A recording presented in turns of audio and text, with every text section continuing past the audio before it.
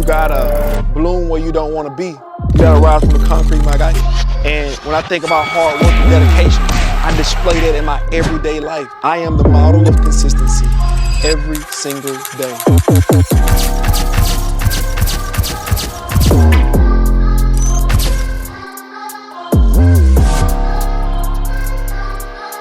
Hello guys, and welcome to Saturn Season. I'm your host, Saturn Steve, the Fresh Prince of Philosophy. Listen, man, today, I think today is going to be a special day. It is a long time coming. And when I started this, man, this was the vision to bring and to highlight heroism in our community. It was a vision to bring men together because our community now is starting to get its legs back, starting to grow, starting to manifest itself. And I'm just thankful for today's episode is special, man. And it happened organically too as well. I think when things happen organically, sometimes, you know, that those are the best things because you don't have to force them. They just happen. But no further ado, man, I am not even going to wait. Normally I'm yapping and talking, but I got a little intro. I want to talk about the Jay-Z thing. I'm going to mention that a little bit. But before I do, I have a special guest with me today. He is the second guest on Saturn Season. Clap your hand for that. But I want to introduce my guy today. And I'm going to read you his bio before we get started. I'm going to put on my glasses too. I'm going to put before I say anything because he has an impressive bio and he's a leader amongst men. But I want you to hear this real quick. So Curtis Walls, building the body, building the mind. That's what we're going to call it. Building the body, building the mind. Curtis Walls is a lifestyle architect, entrepreneur, author, speaker, and founder of YVY, You versus You, home to Charlotte's best gym, voted by Charlotte Observer 2 consecutive years. Through his work, Curtis helps individuals transform their lives, organizations strengthen their culture, and corporations increase wellness and performance by creating environments that prioritize growth, accountability, and intentional living. Man, he got a resume. Let's keep going. And he's a graduate of North Carolina A&T. Go Aggies. With a degree in landscape architecture. Son, where'd you find this? With a degree in landscape architecture, Curtis began his professional journey building a career in landscape architecture before pursuing his dream of playing in the NFL. Although that dream fell short, the journey became the foundation for a career built around resilience, discipline, and high performance. Over the past 2 decades, Curtis has worked in professional sports and performative environments, including years in NASCAR as a pit crew member, pit crew performance, and a personal trainer to NASCAR drivers, helping elite athletes optimize their performance in one of the world's most demanding sports. Curtis has served as a Rock Nation ambassador, activating Douce Cognac brand through strategic partnerships, premium experiences, and impactful community engagements. His commitment to leadership and service extends beyond business, having served on several nonprofit and community boards. An accomplished author, which I did not know this, has written 2 books, including the latest self-development guide, Season of Alignment Compass, a transformational framework designed to help individuals gain clarity, create accountability, and intentional design the life they desires. Both books are now on Amazon. I'm going to have him call that out too as well so we can make sure we get that sold as well. And the most important part, beyond his professional accomplishments, Curtis is a devoted full-time father to his 2 children. I'm going to say this again. He's a devoted full-time father to his 2 children, CJ and Zara, who inspire his commitment to legacy, leadership, and living with purpose. He is divorced and he raises his children full-time, a part of his story that shapes his perspective on discipline, structure, and showing up daily. This is his mission and philosophy. Whether he's coaching, speaking, consulting with organizations, leading corporate wellness initiatives, or creating transformational community experiences, Curtis's mission remains the same: to help people and organizations raise their standard, embrace growth, and become the best versions of themselves. His philosophy is simple: the greatest competition you will ever face is the person you were yesterday. Every day is an opportunity to choose growth and win the battle. You versus you. Today, ladies and gentlemen, I want to introduce to you the incomparable, the great, the community organizer, the football player, the superstar, the one that Charlotte loves, Charlotte's own, Mr. Curtis Walls. How you doing, my guy? What's up? What's up? Man, that was great. Appreciate it. Man, that's good, man. And listen, man, it's good to see you. And I think one of your quotes is, quality is never an accident. It is always a result of intelligent effort. What do you mean by that? What does that mean to you? I want to start with that real quick. Yeah, I think it goes back to intention, right? You can put anything in front of or after quality. If you want to be a quality father, if you want to be a quality friend, if you want to be a quality coach, if you want to be whatever, right? It would never be an accident. It is always going to be a result, and that's by William Foster. And the rest of the quote, I'm a butcher it a little bit. It's fine. Quality is never an accident. It is always a result of sincere intention, skillful execution. It represents the wise choices of many alternatives. Wow. So that's the entire quote, right? So it is a accumulation of decisions, actions, experiences, and all of these different things, man. And when you understand that, then you understand greatness, right, is it doesn't just happen, right? It has to evolve. It has to become, So one of the when I first was doing and I said I wanted to come back to it, one of the first parts, Curtis is a lifestyle architect. Normally you hear trainer, normally you hear coach. And what does that actually mean, and why is that title instead of trainer or coach? Why did you choose lifestyle architect? Because everything that I do taps into the lifestyle. But one, I am an architect, right, by degree. Absolutely, right? Yeah, you are. And I always wanted to be an architect, but also it takes into the consideration that I'm a Renaissance man, right? And I take into account a lot of different things to make the perfect end product. That's good. Right? And I help others to think about what their life looks like outside of just one thing. Don't put me in the box of just being a trainer. Come on now. Don't put me in the box of just being a community activist, right? Don't put me in the box of being a father, right? Even though that's the main thing. Absolutely. Right? So it's like it's all of these things to make the perfect design, right? And what that looks like for everybody is totally different. That's good, Kurt. But we hit them in different ways, right? And my life, I've always said people only know me based on how they met me. That's right? good. Yeah. So if you met me in the gym, you really will only think that my life is the gym, right? If you met me hosting an event, you would think that my life is that and I don't do other things, right? If you met me playing sports, you don't know that I have the business mind, right? So that's just where it comes from, man. Lifestyle, art, like architect. It is very intentional. Yeah, man, it just takes into account. How do you wear those hats? How do you not become the jack of all trades when you have so much? How do you concentrate those? Well, let me ask you this. What's the quote about jack of all trades? I don't know, actually. Yeah. So the master of none. Yeah. So I know that. Okay, that's the second part of it. Yeah, but what's the rest of it? A jack of all trades is a master of none, but dang, oh shoot, hold on. Let me look it up. Hold on. A jack of all trades is a master of none, but still is better than a master of one. So my theory, and just check me it out. Okay. Make sure we say it verbatim, right? Yeah, you want to butcher it. Yeah. But at the end of the day, it speaks to the idea, right? That one, somebody hated by just cutting it short. Yep. Right? But that was also the gift and the curse of who I was and what my life was, right? Because at a very young age, my mom used to always say that you're my gifted child, right? Oh, that's a pressure there. Yeah, and she always fostered that, right? No matter what environment I grew up in, no matter what my other brothers were doing, she made sure that I leaned into certain gifts that she saw before I even knew, right? And what happened is, when it's time to go to college, right? And then you have to start to make decisions. Well, what do you want to be? What you're going to do? So on and so on. And you think about all these different talents and all of these different things.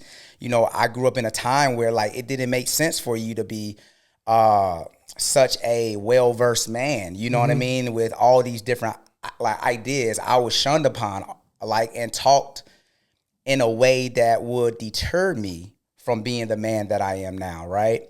And then you graduate, and then life doesn't go the way that you expect it to go, and you're trying to hone in on something. And it's very easy for somebody to say, well, just get a regular job, right? But you know that there's other things that not only you're good at, right, but you're passionate about, and that you know can have purpose.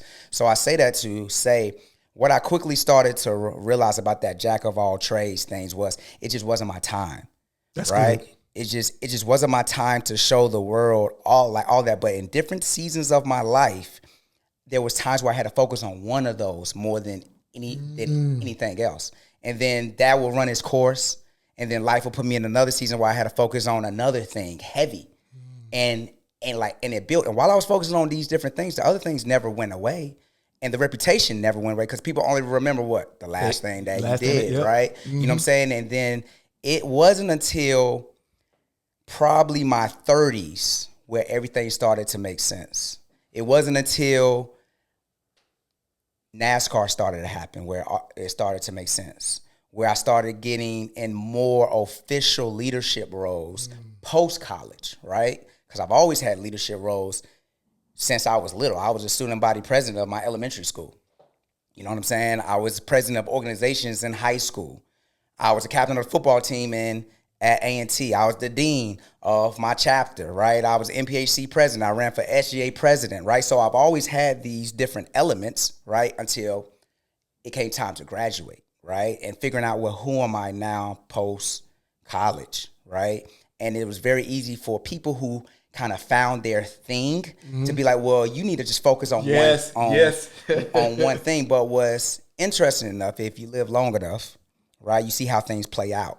And some of those people who leaned into that one thing because it sounded right, because it looked right, are now looking for that thing to finish the rest of their next decade or two, right? Where I'm kind of in my sweet spot. You know, I found a life where everything that I'm talented and gifted in makes sense and is working and is having a place in the season that I'm at, and I'm very grateful for that. Man, man, I didn't know you was all I figured you was like an SGA president. I ran for SGA president. Did you win? You didn't win? So, long story short, go ahead. I did not win, right? So it was actually 3 guys who ran. Okay. I won. Was this in college or high school? This is college. College, okay. I won the initial election by 49% with 3 people running, and I had to win by 50% plus 1 vote. So we had a runoff. It rained on that day. My roommates, my football team, my line brothers, a lot of them didn't even vote, and I lost by 3 votes. 3 votes? By 3 votes. How did you feel? And that was the first time that I ever went after something, and I gave it my all, and I didn't get it. What it taught me, go ahead, was finish, because it rained, and I probably didn't push it the day of the runoff the way that I probably would have if it wasn't raining, right? I had roommates and teammates that I just saw earlier that day, right? But everybody also thought I had it in the bag because I won by 49% with 2 other people, right? Now, the right person won. I'm not taking it away from who won.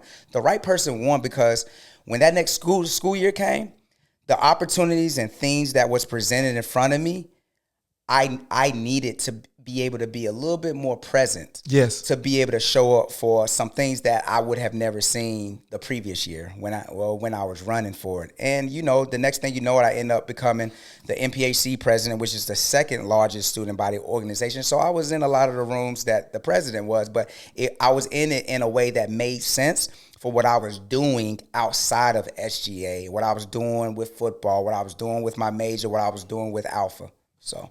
Man, that's incredible. So now we kind of lay a little foundation. Now let's go back, because we can see the type of leader you are. We can kind of get a glimpse of like who you are now. People are like, oh man, you're an impressive guy. But let's see how you became this person.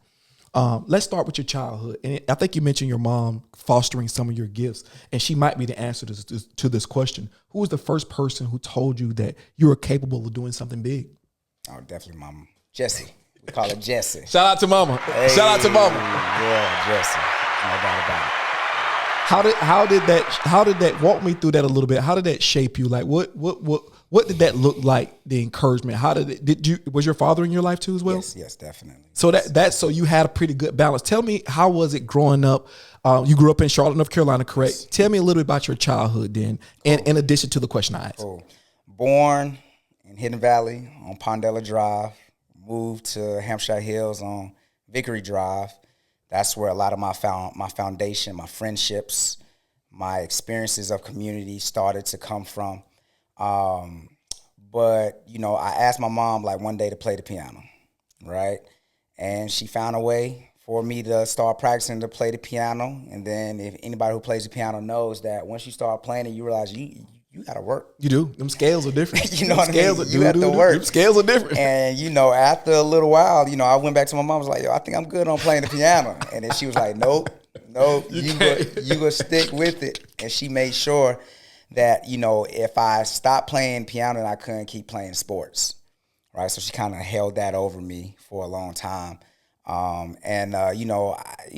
did it, and there were times where I resented it because I would have to be inside practicing the piano while all my friends are outside playing, while my brothers are outside playing. I had to practice certain things. By the age of 10, I was asked to play the piano for my church. Oh, wow. Which, my mom talks about the story a lot, but, she was even hesitant about it. It was like, the pastor was like, yeah, I think we want Curtis to start learning to play and we go pay him and so on and so on. And then my mom was like, no, like she was forward, but then she was like, you sure, right? Mm-hmm. So I had started playing the piano for my church, and then, of course, for me to continue to play sports and all that kind of stuff, that's just kind of how it happened. I've always just had a passion. I just, at the end of the day, wanted to play outside. Yeah, right? absolutely. Like I had the neighborhood where we was outside, we was competing, we was playing basketball, we was playing football, we was just doing all of the things, flipping. I wasn't a flipper, but my friends were, you know what I mean? Yeah. My house was one of the gathering spots, you know what I'm saying? So it was just that amazing lifestyle, man. My parents got divorced when I was in second or third grade. I think I took it the heaviest. That's what I was about to say. How did it affect you?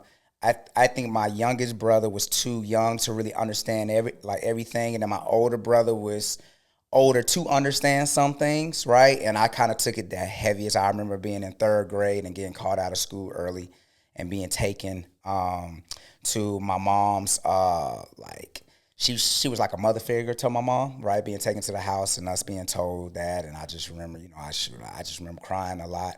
And my mom ended up moving, and then now I'm in two different neighborhoods.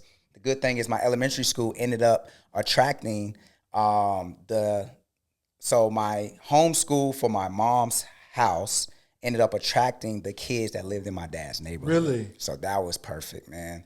So, yeah, man. So that's kind of the childhood piece, just that typical, we outside all day. We didn't even want to come in. We didn't. You know what I'm saying? The street lights, absolutely. So you it grew just up made in your heart sunk and you think, you know what I mean? So that's the lifestyle, man. And our kids don't get that type of experience where they're connecting with nature. And I think and I see it with my kids. They're so ingratiated in their devices, which we're here now. I'm not trying to go away from that, but it was just, you had to be there. It's one of those things, playing outside, you just had to be there. I didn't think about anything. I didn't know anxiety existed. Yeah. I just played my heart out, Kurt. And my mama said, be in the house when the street lights came on, we running into the house. Yeah. But speaking of that, let's go down the road a little bit. You're an athlete as well. Yeah. So when did you realize you were an athlete, and what sport did you gravitate to? And how did you gravitate to the sport that you eventually end up playing, which is football? Yeah, I don't think I really knew which sport I was gonna gravitate to, because we played everything, and I was in a neighborhood where we were the stars. You know what I mean? Honestly, Hampshire Hills, Plaza Rams, anybody who hears that, it's going to be a little pushback. You know what I'm saying? Because Hampshire Hills, Shannon Park, and surrounding neighborhoods, we pushed out a lot of the high school stars and a lot of the different stars, you know what I'm saying? So, I was never the best player, the number one player, but I was always in the top. You know what I mean? It's nowhere that I was going where I was just disrespected or For sure. You was one of the ones, basically, what you're saying. Over, right? But it's because I would just had great competition around me. You know, I had to grow up at some points playing against my older brother friends, right? So that pushes you. It does. I was always undersized, right? So that had to put another level of grit from day one of me actually being able to prove that I'm supposed to be here. I wasn't just proving to my teammates, I was proving to a coach. You know, because we also grew up in that era where, you know, there were stereotypes on how big you were supposed to be to play certain positions, yes, right? That is gone now. It's completely gone. Right, that is completely gone. If I grew up in that era, Yes. the journey would have been, I think, a lot more easier. You know what I mean? You know, and we could really just go out there and play, right? So, yeah, man. I mean, I've always knew that. Now, ironically, enough, I got recruited to go to my first high school that I went to. Okay. To play basketball, though. Really? And that wasn't my home school. So basketball was going to be my thing. And then, because you got a basketball body, like you when you look, you stand up. Yeah. You like if you got a I could see you playing basketball as well. Sure. So basketball was the thing that I thought was going to be the thing, right? And then in 10th grade, I got out of practice, and my best friend, Donald Littlejohn, he's now the head coach at Butler High School.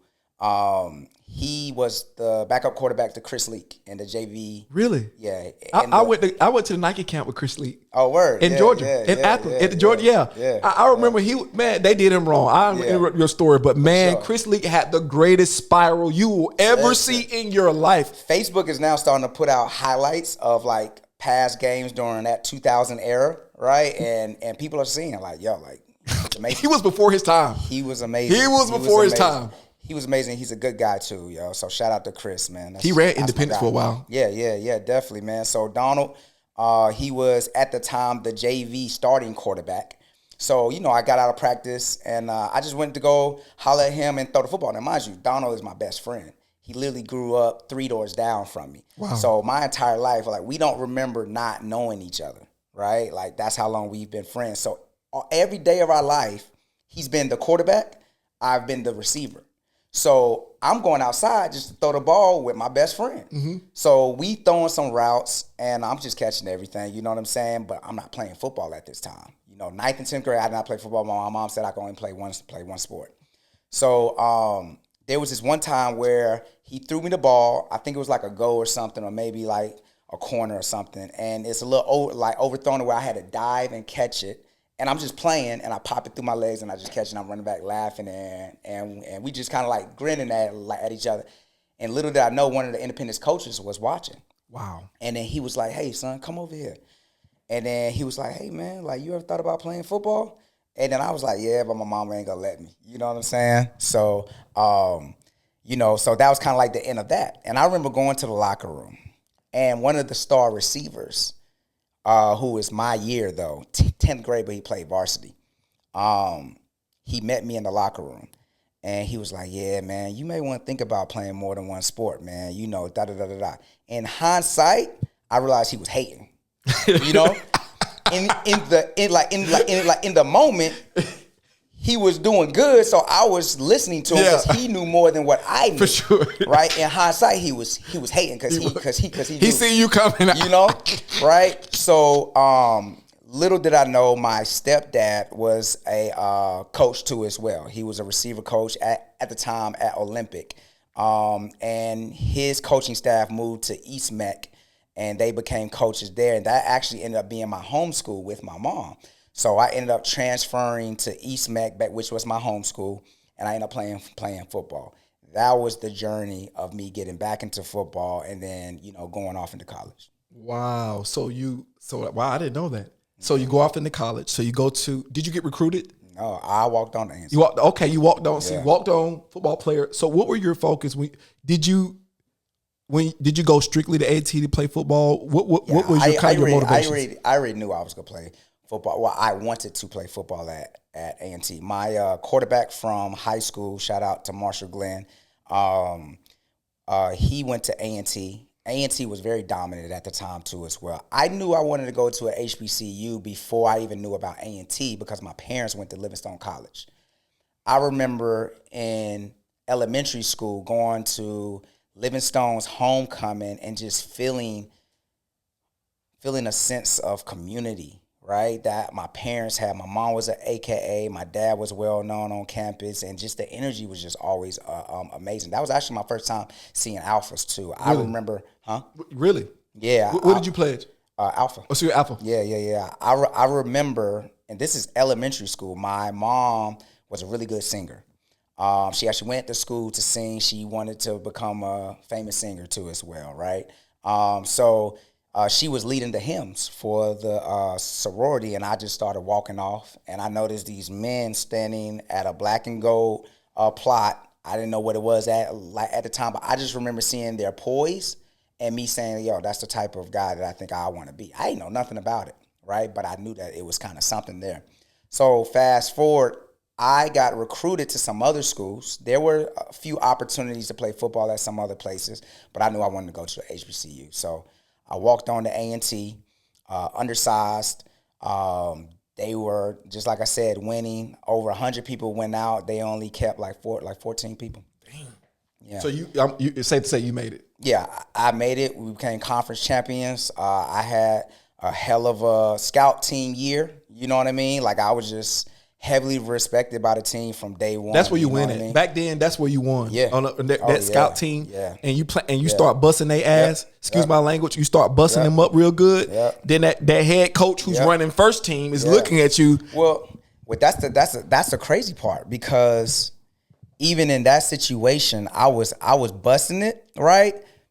And the defense was recognizing that, and the offensive, my receiver coach and some of the offensive coaches wasn't still trying to hear, because I was undersized. Yeah. How much? So what was your size in college? I was 144 my freshman year. You was 144. I was 144.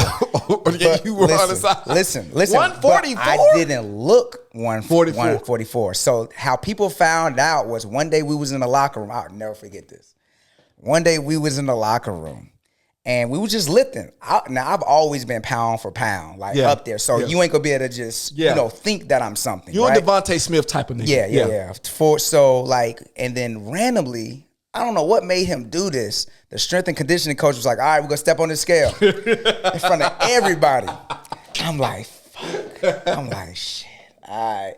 So it came my turn to step on the scale, and everybody just huddled around. That thing said 144. I did not live that down. So what did that do? That made me go even harder in the weight room. So, and that was the story of me, just becoming, the beast that I had to become, just in the weight room, man. So, yeah, man, I walked on. The defensive coach would tell me to come up and do one-on-ones with certain players. Not my coach, but the defense be like, yo, I want Curtis to come up and go against, Curtis DeLoach or somebody else, right? And Curtis DeLoach definitely got the better of me. You know what I'm saying? But that's my guy. Holla at Curtis. Just giving them those opportunities, and that just started to build the respect of locker room. And you know how it go, right? Absolutely. You can't just gain the respect. You can be cool with everybody in the locker room. But the respect on the field is two different things, man. So, the head coach of South Carolina State now. You know who the head coach is? I think that's Coach Berry. Coach Berry. This was now my red shirt sophomore year. He was the OC, and he was the one who really start giving me my opportunity. One day he invited me into the office, and he was like, "Yo, you didn't drop a single ball in camp," and I didn't realize that, but I knew that I had something in my locker where I would keep tally of catches and drops and all of that kind of stuff. But he was like, in scrimmage, I didn't drop a single ball, and I wasn't necessarily the starting three at the time. And that's when he gave me the number 1 for the next season. Really? Right? So, that was huge. You know what I'm saying? Because I don't know of a walk-on who's ever gotten the number 1 of a strong team. No, you know what I'm saying? So, that I didn't know you walked up. That was incredible. So you played the next 3 years, correct? Mm-hmm. But I'm captain the last two. Last two. So I'm gonna come back to the football story. But now I'm gonna walk right back to you earned a degree in landscape architecture.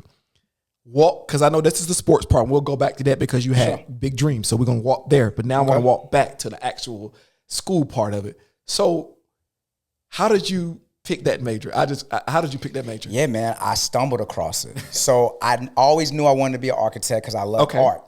So I'm good at drawing. I'm good at painting. I can do all those things. Okay, I didn't know that. So that was a big part of, when I said earlier, like Renaissance man, right? You like the Jamie Foxx of real life. Yeah. I mean, I was really blessed to do a lot of different things. But like I said, it's very important to state, like that was a gift and a curse for a long time. You know what I mean? Said it. Kind of walk that. What do you mean by that? It was a gift and a curse because I could do all of these things, but I was in a time where it wasn't accepted. It wasn't accepted. It wasn't appreciated. Appreciated. Got you. The art. You know what I mean? That makes sense. Like it just looked like I was all over the place. Yes. Right. It looked like what are you gonna do, Curtis? Yeah. You know what I'm saying? Well, what are you gonna do, right? You know what I mean? Because back then they told you to choose something, didn't they? Choose Go something. work here. Yo, look. Get you a job and do this.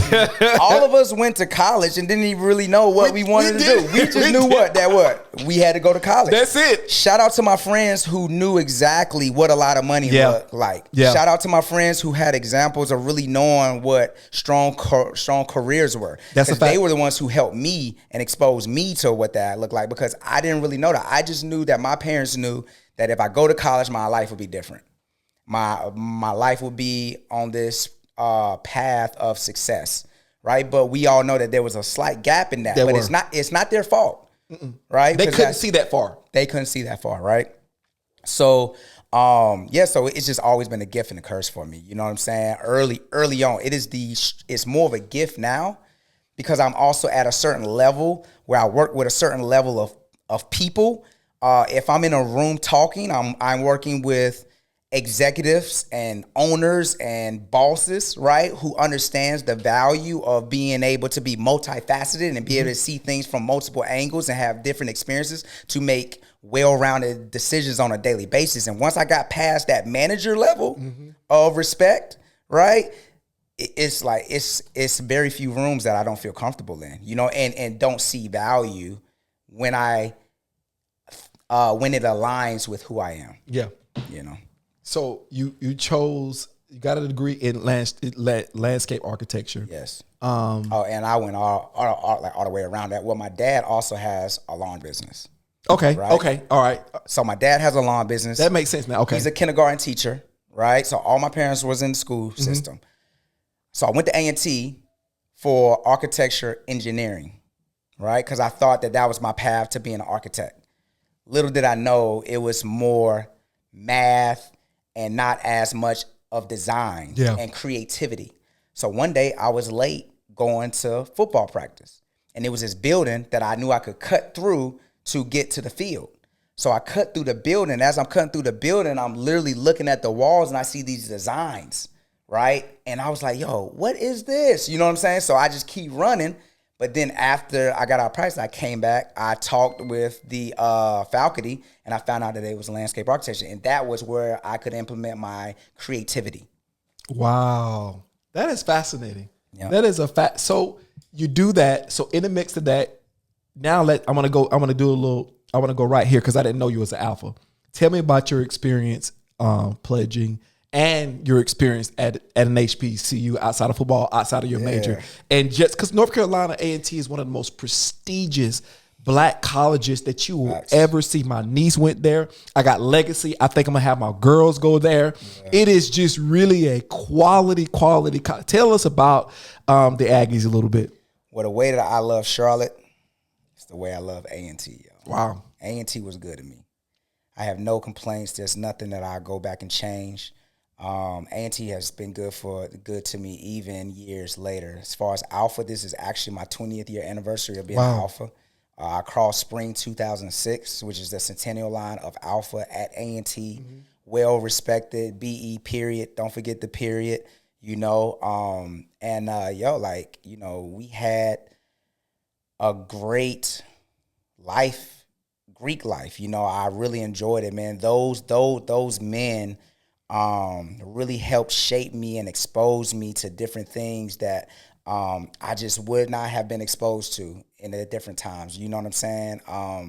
So I'm just very grateful for it, man. Alpha has been good to me. And I pray that I've been good to the brothers that I've had the opportunity to lead and, just Are you still serve our active? community. Are you still active? I'm not currently active, but this is what I say with being Greek in general, right? But specifically with Alpha, right? Is I do Alpha work every day. That's good. You know, there was a period where I was active in it. That was before I had child number 2. You know what I mean? And then that was before I became a sports performance coach for a NASCAR team, right? And then all those different things. And now I'm full-time father. So it's really just a capacity thing. But man, even the alumni chapter here, man, it's amazing guys. We have a great relationship. I support them any way that I can. And yeah, man, it's just been good to me. So I want to play devil's advocate real quick. I want to indulge me. The other side of Greek life, that there's a conversation.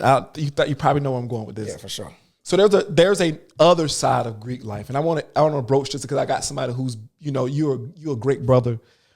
Tell me, what do you think about the criticism or some of the murmurings about Greek life being demonic, being the hazing, and it's not of God in a sense? How do you reconcile that when you hear? Because it was a large topic on it, and a lot of people talk about that. Yeah. When you hear things like that, how do you reconcile that with you being a part of Greek life?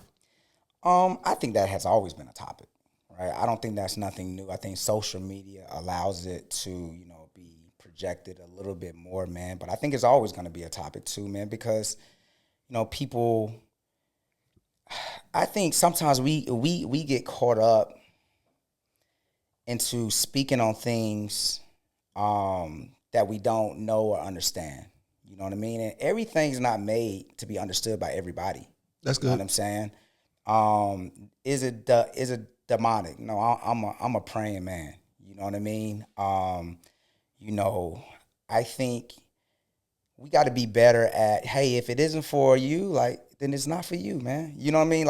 I'm not gonna get caught up into trying to convince somebody who doesn't even want to do it, period.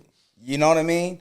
And then for those who did do it and they, that denounced their letters and all that kind of stuff, cool. We grown ass people now. I don't have time to be worrying about whatever you have going in on your mind. And this is the other part, y'all. Mental health, spiritual health, mental warfare, spiritual warfare, all of that stuff is real, right? And we all got to just worry about ourselves and our ecosystems. You know what I mean? So there's been conversations about that for years, right? And sometimes we dive deeper into it in our little ecosystems, for private spaces, for sure.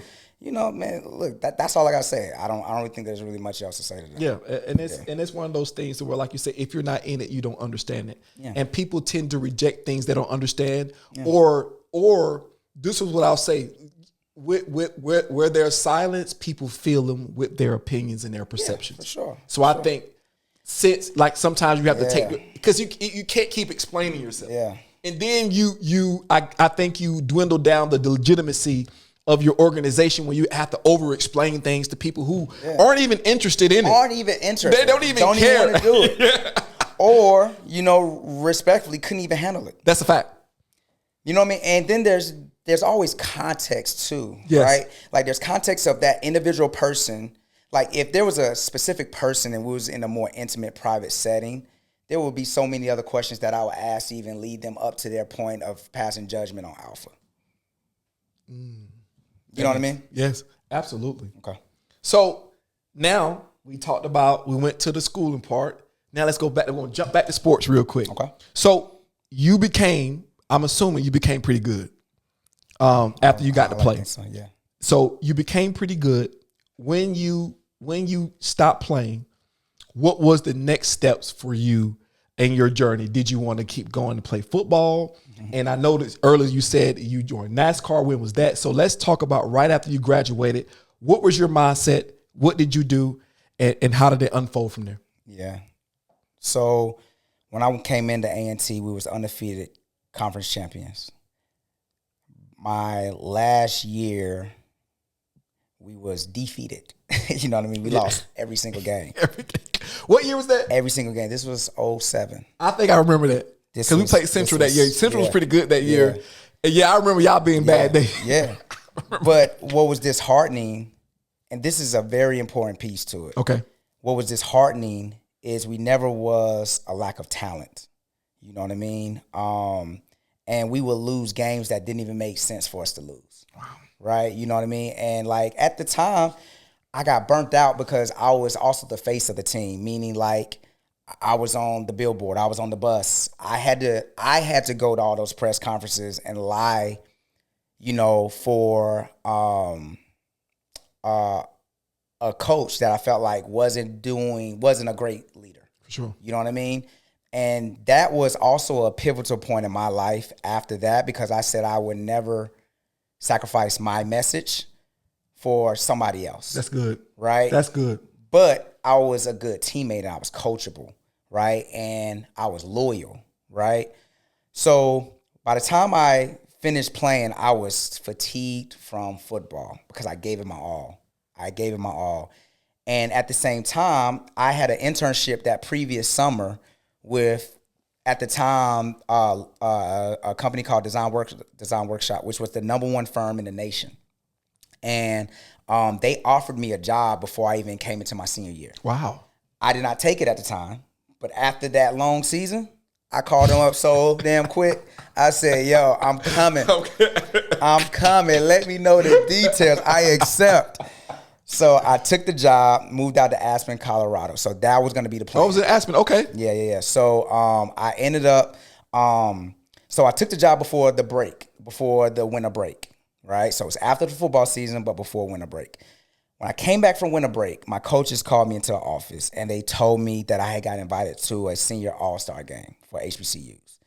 And they didn't tell me much nothing else. They said, bring your shoulder pads and helmet.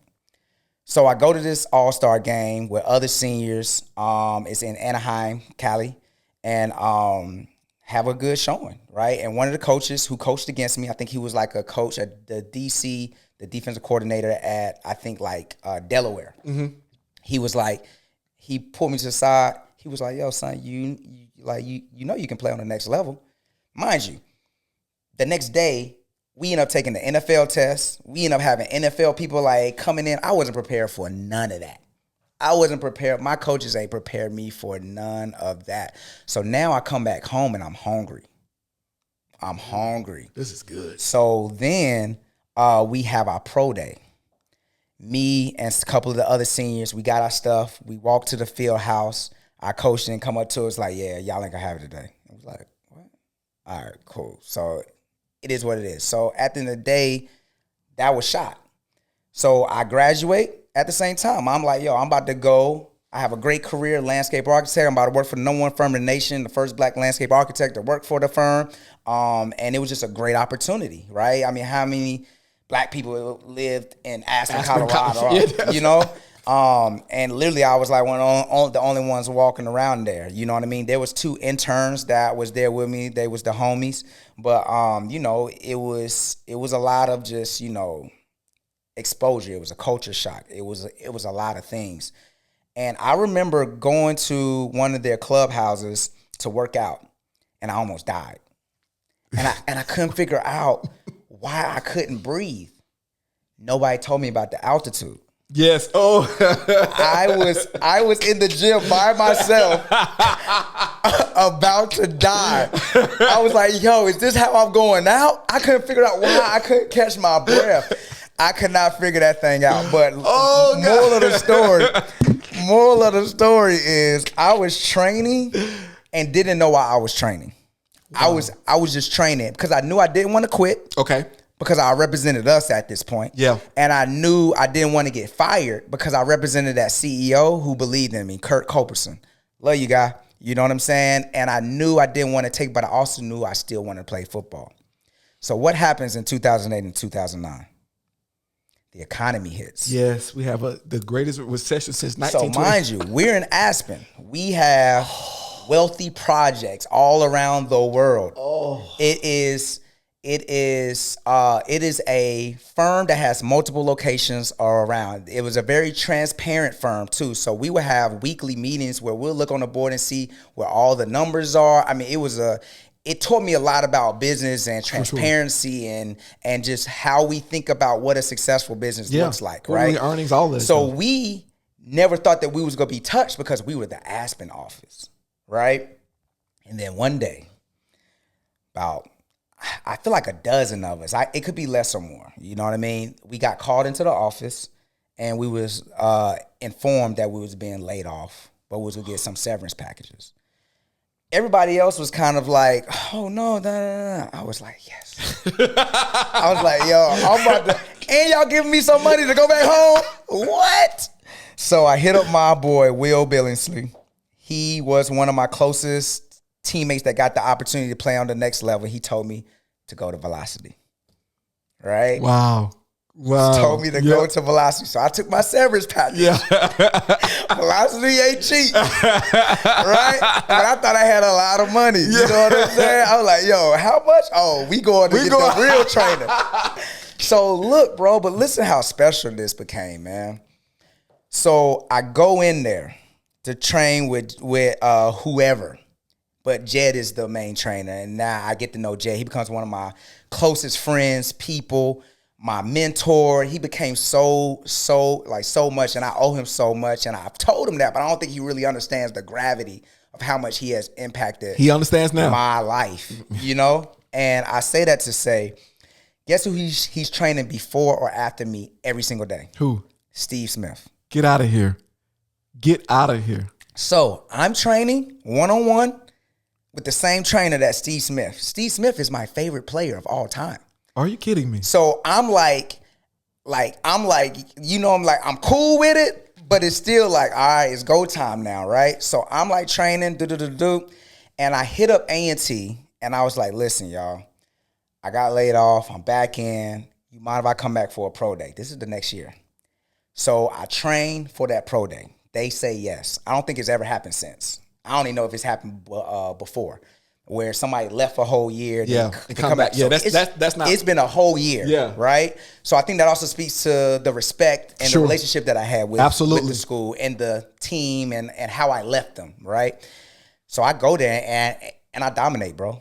I mean, my times, I broad jumped to 10-10, 40, 41, 42, 4-3. I did 225 16 times, right? So you ran a 4.3? Yeah. Back in 2000 what? I had to. I was out for a whole year. You ran a 4.3 back in 2008? I had that's like to. 4.2. Yeah, well, it's 2009-ish. But that's still, you know, back then, yeah, that was blazing. Yeah. Well, you had that blaze. But I had to.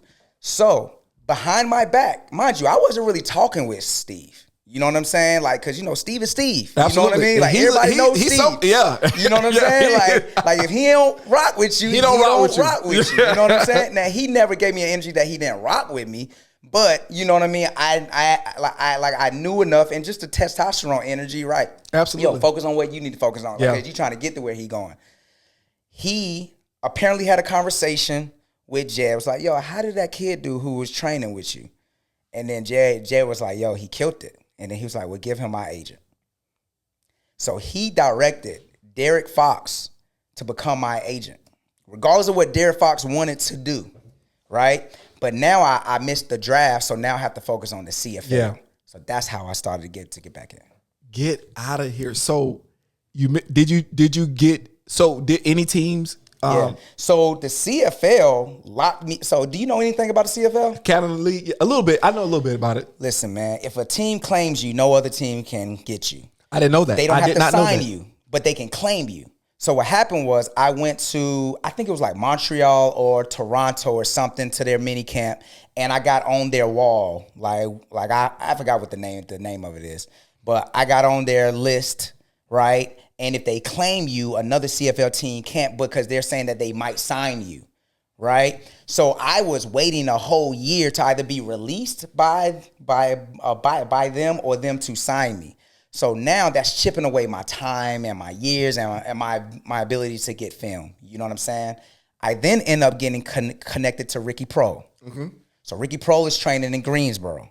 So and I got connected to him because Derek Fox was doing some work, but he, you know, just rightfully so. Nothing against him, right? But I'm an undersized HBCU from A&T who've been out for a year, trying to get back into the league. That's a he lot. ain't trying to work that hard. You That's know a lot what of I'm work. saying? That is a lot of Boy, work. that's a lot of miracles, boy. That is a lot of work. And people got to realize, if you're in the league today, you're playing in the NFL without a doubt today. Right. But 2009, they wanted you to be 6'8", 240.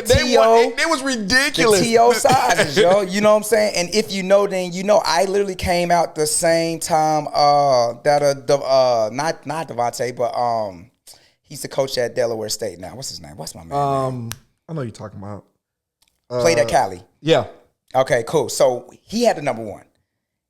We had the same colors too, right? At A&T, Yeah. right? So people would be like, "Yo, no, that ain't me." You know what I'm saying? Like, yo, that is Cali. You know what I mean? So, but anyways, what is his? Why can't I think of his name? But shout out to him. So he was the me. Like, we had the same build, and he was the only one that I felt like at that size had got the shot. Who? Yeah. Deshaun Jackson, Deshaun Jackson. Yeah. Deshaun Jackson. I said, you know man, what I'm saying? I know, yeah. You know, so, DJ was crazy. Yeah. DJ was crazy. Yeah. I'm not knocking him, but we the same size. 100% y'all are.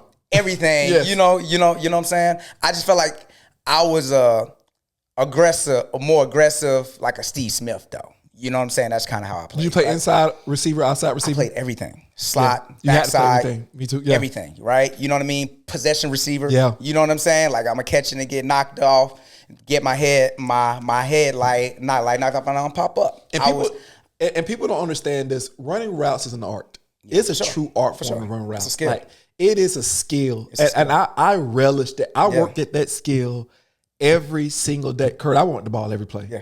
Every single play. Any good receiver wants the ball. That's what they be talking Every about, diva single receivers, play. man. I It's understand like, T.O. yeah. I understand Randy Moss. Listen, man, I'm getting we open. are the only position where we aren't the masters of our own fate. That's a fact.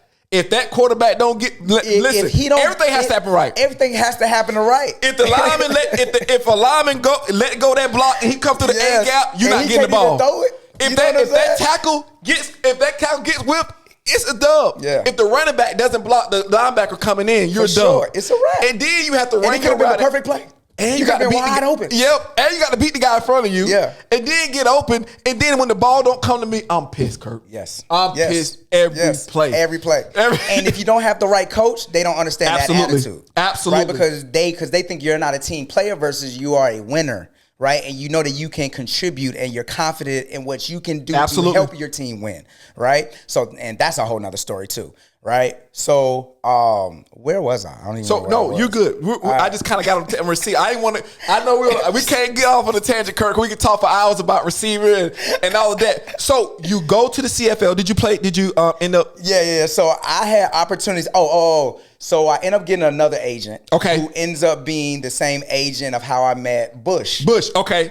Shout out my guy Raphael Yeah, Bush. yeah. That's my boy. What's up, my guy? So Brian Anderson is the agent that believes in me. He's putting me in position. He's working for me. He's putting me in front of the right people. One of the people is Ricky Pro, right? So Ricky Pro, he allows me to come up and do one session with him, right? And Ricky Pro was like, yo, I'm going to work with this kid, right? So I would drive up to Greensboro and stay with somebody random, right, and train with them every single week, and then drive back home, right?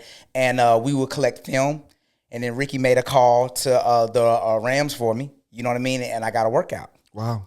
The next thing you know it, lockout happens, right? So now I'm back to pursuing the CFL thing, you know what I mean? So I kind of kept being in that. I got an opportunity after that, play for Toronto. My very first punt return, I returned it for 110 yards. Wow. The next punt return, I hit the other sideline, I get horse collared, and I injure my ankle. Right, so that kind of was just the story of my different phases, man. Then I had an opportunity to go to Calgary. Then guess who becomes the receiver coach at the Panthers? Who?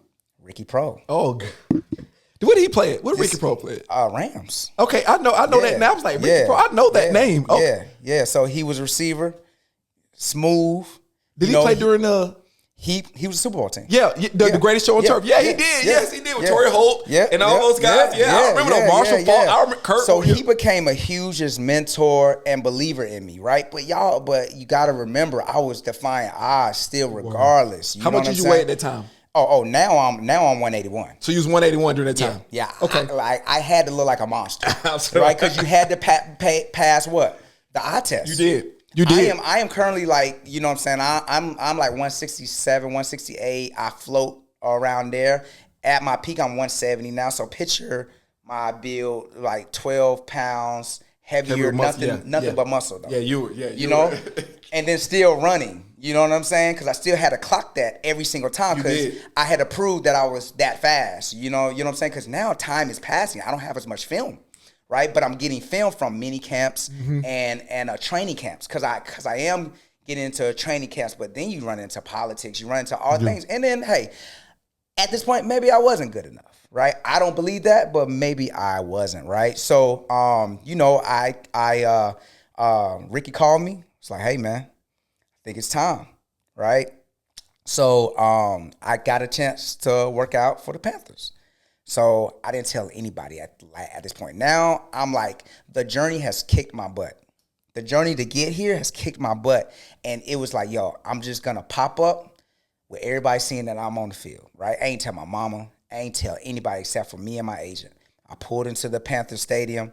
They had my stuff ready at the locker. You know what I'm saying? I did the workout. Ron Rivera was out there. All the coaches was out there. And I had to run routes. I had to catch punts. Ron Rivera had me at slot, and he'll play the linebacker, and he'll like give me different looks, and I had to, you know, kind of make adjustments. And everything went well. They sent me to the doctor to get checked out to make sure my body was good. Boom, boom, boom, boom, and everything looked good. Well, what happens when you go to a workout with the NFL? It gets published, right? Yes, it does. And every team can see who a team worked out. Well, I had got offered a CFL contract with Calgary at the time, who was like the Patriots of the CFL. Oh, the CFL. Right? And they were only inviting 3 receivers, me and 2 former NFL guys. And they called me like the next day, like 24, 48 hours later, and was like, hey, you're on the clock. You need to tell us what you're going to do.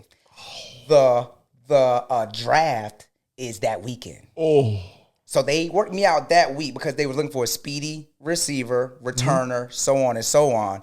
And they ended up putting me on the clock. Mind you, I'm 4 or 5 years in this journey now, right? How old are you at this point? I feel like I'm like 26, 27. Oh, yeah, you getting up there.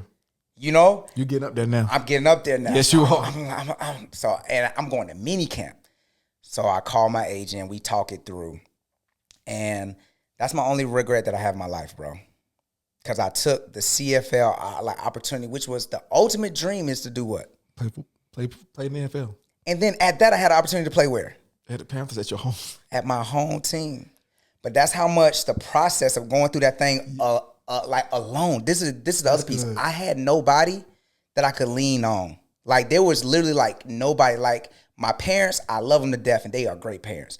But they didn't understand what I was trying to do, right? Because every level I defied odds, right? So, you know, when I end up having a successful high school year, senior year, right? Because my 11th grade year, I told you I ended up playing, but I didn't get a lot of PT. Like they didn't feel like I was whatever, right? You know what I'm saying? And I felt like I should have been on the field the whole time. Well, my senior year came and I dominated.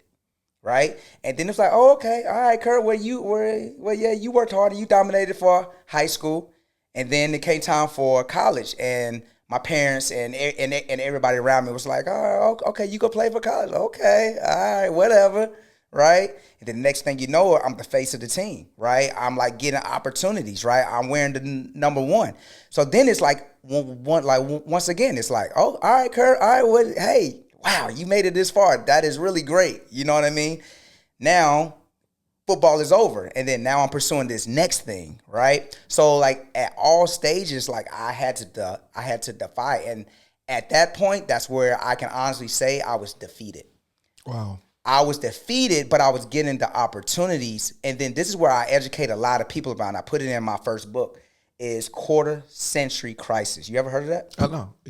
So quarter century crisis is a phase that a lot of people between the ages of 24, 27 plus or minus, right, kind of go through, where they feel like they aren't where they need to be, right, and the gravity of life decisions and figuring out what the rest of your life is going to look like, it can get to you. I stumbled across that one quiet night in my room where I was just trying to figure shit out. And I started to just think about how I felt and what I was thinking. And some told me just throw that in Google. I don't know why I did. And then I learned about the quarter century crisis. And then I learned that a lot of people, if not everybody, goes through that. Man. They just don't know how to define it. Jeez. And that gave me a level of grit to keep on going, right? Like, not keep on going like with life, but just keep on pushing, right? So I say that to say, man, I chose the CFL route over going to mini camp, which wasn't a guaranteed opportunity. You know, ended up doing the CFL thing, had a solid training camp, did really well, second leading receiver, led the all-purpose yards for training camp, you know, and I ended up still getting released, right? And I came back home, and the first thing I do is I go to the Panthers training camp. They're in the summer training and stuff like that.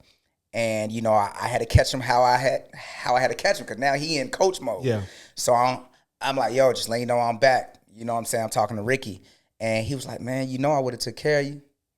And that was the moment that, like, you know what I'm saying? Like, everything just kind of hit me, because I knew that he was right. But the reason why I show up for people and I take coaching so serious and I take empowerment, I take leadership so serious, is because of that moment, one, of knowing that, yeah, he would have took care of me. You know what I'm saying? Having a guy like Steve Smith, having the Jets, having the people like what's my coach Barry at South Carolina State, who saw that I was worthy of the number one, even though I was a walk-on, right? Like, but then I also had those other coaches that was trash, right? That really cared more about the X's and O's versus the players, right? And I started getting exposed to all these different things, man. So that's my football journey, man. So then I end up going to, so then I knew I didn't want to go. So the Panthers informed me that I was still on their board. So I didn't want to go to the CFL, because I go to CFL, you can't get signed to the NFL. So I went to an AFL team. I went up to Pittsburgh. So guess who's playing in Pittsburgh? Who? Marshall McFadden. Yeah, I know Marshall. Shout out to Marshall. That's my boy too. Yeah. I know Marshall through Bush. Yeah. So Bush, Marshall, and myself, we all had the same agent, right? So we all trained together at Velocity. So I'm now playing for the AFL team in Pittsburgh. He's playing for Pittsburgh Steelers. Yep. So me and him is locked in, right? You know, so like that was meant to be. Well, what happens? The middle of the AFL season, my whole coaching staff gets fired. Wow. So I have a CPA who now at this point has become a mentor and helped me out, because mind you, I still have all my other businesses. We ain't even get into that. But I had all my other businesses that I was building, and they were starting to bring in revenue. And I told my agent that I needed to learn how to manage this money better, and I needed to sound like somebody to support me. So he put me in contact with my CPA. Little did I know anything about him, right? Because he was a very unassuming guy in my eyes, as far as like being connected to things that I may be interested in, right? In sports. He had randomly mentioned NASCAR to me. It's like, hey man, you ever thought about doing NASCAR? You know, and I was like, no, I don't know nothing about NASCAR. All I knew about NASCAR was stay away from 85 when the race came. My entire life. Yeah. Just stay away from 85 when the race came, because traffic was going to be crazy. A Memorial Day. Yes. Concord Boulevard. Yep. So, you know, you fast forward, he knew something that I didn't know. Mind you, he was my mentor. He's still a very important person in my life. When the coaching staff got released, a couple of players were released, and I was one of them. So now I'm coming back home. So I go to him. I was like, yo, like, what are you telling me about NASCAR? You know what I'm saying? So I ended up going to getting connected with, at the time, Chip Ganassi Racing, where I met the head coach there. Shout out to Sean P. and Mike Metcalf. Shout out to Mike. Yeah, Mike. That's my you know guy. what I'm Like saying? I love Mike. Yeah. And that was the story of my NASCAR part. So yeah. Wow. So how long were you in NASCAR? I was in NASCAR for 6.5, 7 years. Wow, that's a long time. So did you hold various roles in NASCAR? Yeah, man. Listen, man, my NASCAR journey was very unique. Was very unique. So I go to the team. I am just there to learn the sport, to learn the pit crew piece, which is a skill. Nobody comes in NASCAR and just dominates, right? You have potential, but you got to work to be whatever position you want to be, right? Because none of the movement patterns are consistent or parallel to any other sport, right? So I came into the sport. I'm trying to learn how to do it. And within months, I was asked to be a sports performance coach for my team because they knew that with Jed, I was training professional athletes and training athletes just in general. So my whole career, I would still go back to Velocity and train other athletes at Velocity, right? So I was gaining now 5-6 years of experience of coaching. I would lead camps. I was even dabbling into some coaching from time to time. 1 year before I went to Toronto, I coached a little bit of John C. Smith, right? And then I got signed again, and then I dipped out. You know what I'm saying? But so they also, I think, could see that I just had leadership skills, and I think that they could also see that I held the respect of the men that was in that locker room, and I just knew how to carry myself in a professional way and all that kind of stuff. So they gave me the opportunity. So I was a third in command coach, and that really changed everything for NASCAR for me because now I'm this player coach. Now there's a humility in the reality of me learning the skill of the pit crew, but now I'm in the front office. Wow. Right? And that's a totally different case. Now I'm in conversations where I can put on a whole nother hat of business. Right? Where guys who are just athletes, they aren't businessmen. Yes. They don't know about culture. They don't know about moving teams, creating winning spaces, and all of that kind of stuff. And then that's where a lot of things just took off in NASCAR. And a part of your being a jack of all trades came into because now I was at the higher level. Yes. Rooms where it was valued. And I can imagine when you tell me if I'm wrong, you probably get better when you get into rooms like that. Yes, because it really shows you. I always played better to my level. I can see. Yeah. So football, life, NASCAR, we're going through that. In between all of that, we're human beings, and human beings, they fall in love, they have families, and I know that's the most important, aspect of life. Tell me a little bit about, because all that time, because I know you're not a robot, you're a human being, you got feelings, Sure. Tell me a little bit about, you were married. Yes. We don't have to, obviously we're not going to go into any of the spare. We just want to talk about it at a high level because I want to get to a place. But tell me about, your marriage, and you mentioned you're open, so you already put it out there that you divorced with 2 children. Tell me a little bit about that situation, going through that divorce, and how it kind of shaped you. And I'm gonna ask you another question about your children's second, but answer that question first. Okay.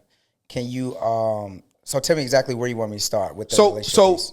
Okay, so you obviously get married. I can go wherever you want to go with that. Yeah, you so tell me about, this is important to talk about. I think this is important. I want to make sure because Kurt, we're seeing there's an influx of divorce in our community. Sure.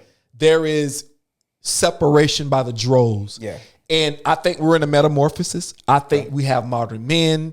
I think, Kurt, you've always been a Renaissance man. You've always been evolving. Now you've evolved up to this point. Women have evolved to a certain point. And I think we've got into this tweener. Me, you, and a lot of guys our age, the millennial guys, we caught the wave to where the metamorphosis, it wasn't too good. Where we don't understand what we're dealing with. Like, we know we have all this. The women know they're rising and we're rising. Yeah. So we don't understand each other. And I think we got caught in the middle. So I want to frame it from that point.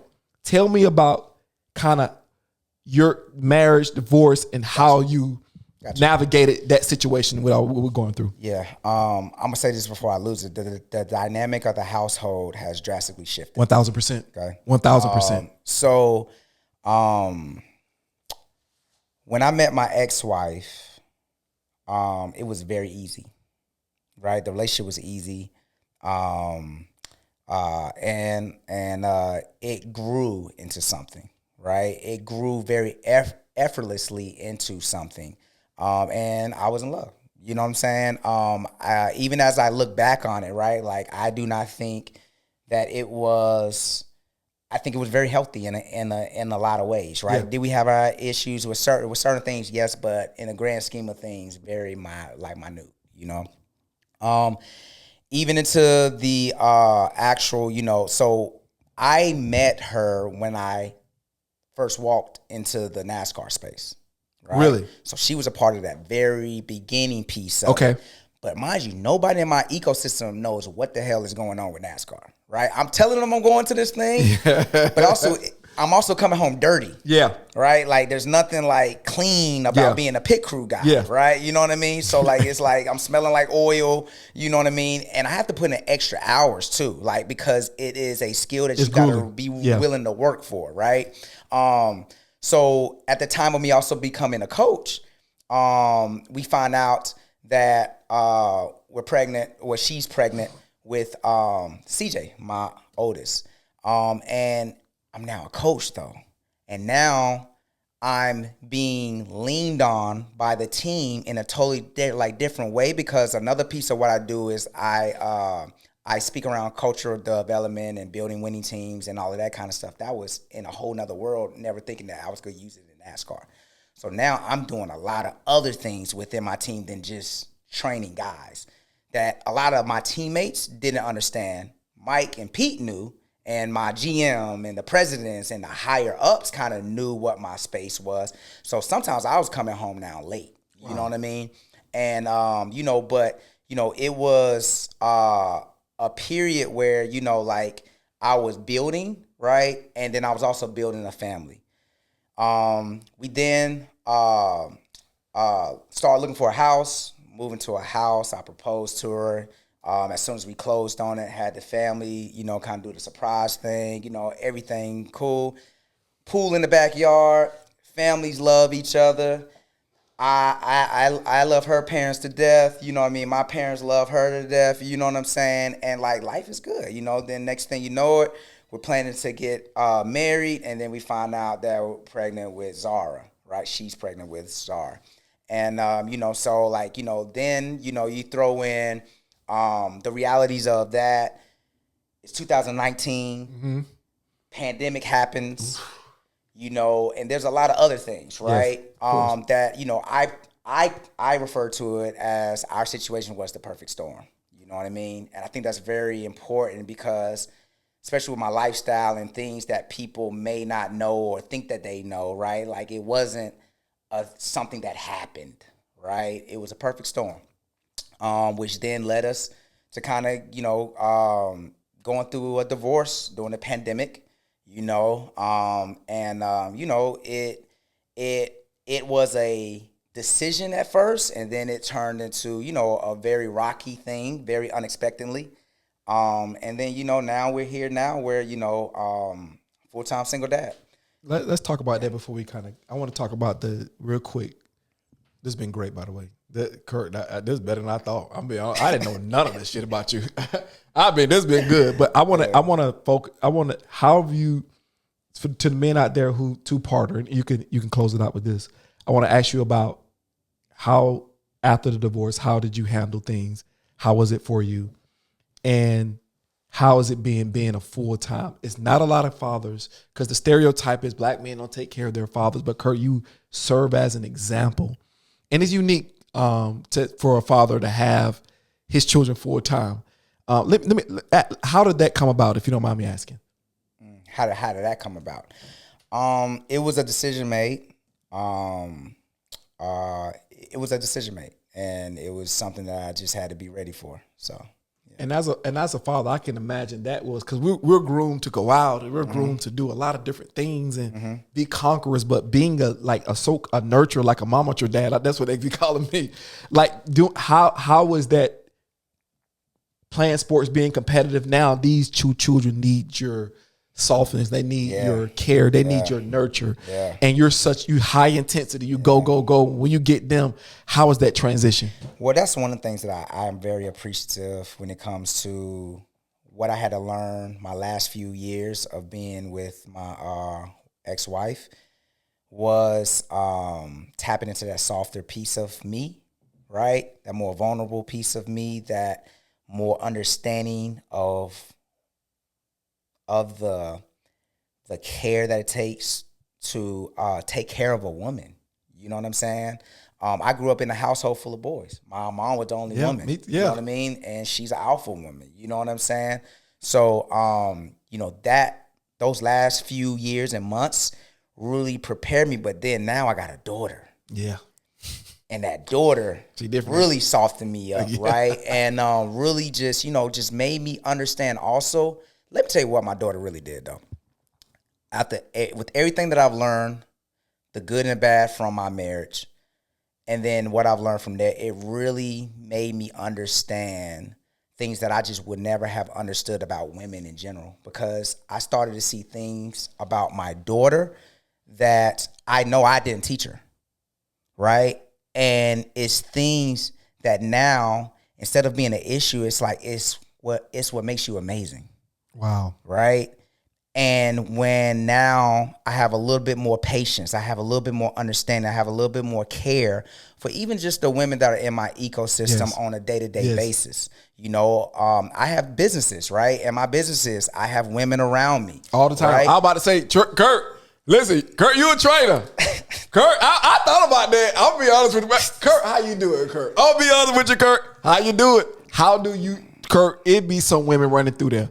How do you stay disciplined? What advice will you give trainers? Like, cause that is a real thing. A lot of trainers, they be knocking their people off, cause it's an intimate space. You're growing, so there's a natural closeness that happens during that process. Talk about that a little bit. I think it's two things that come to mind just initially. Is your why, right? Like, I'm in there to change lives, to make people feel better, but also I am very aware, because I've always been in these positions, right? To where I understand what my responsibility is and how quickly you can lose something by making a reckless decision. And that's also where I'm just blessed, because well before, I never even thought I never even wanted to be a trainer. Wow. I never, out of all the things that I could have been, I didn't want to be marginalized as a trainer.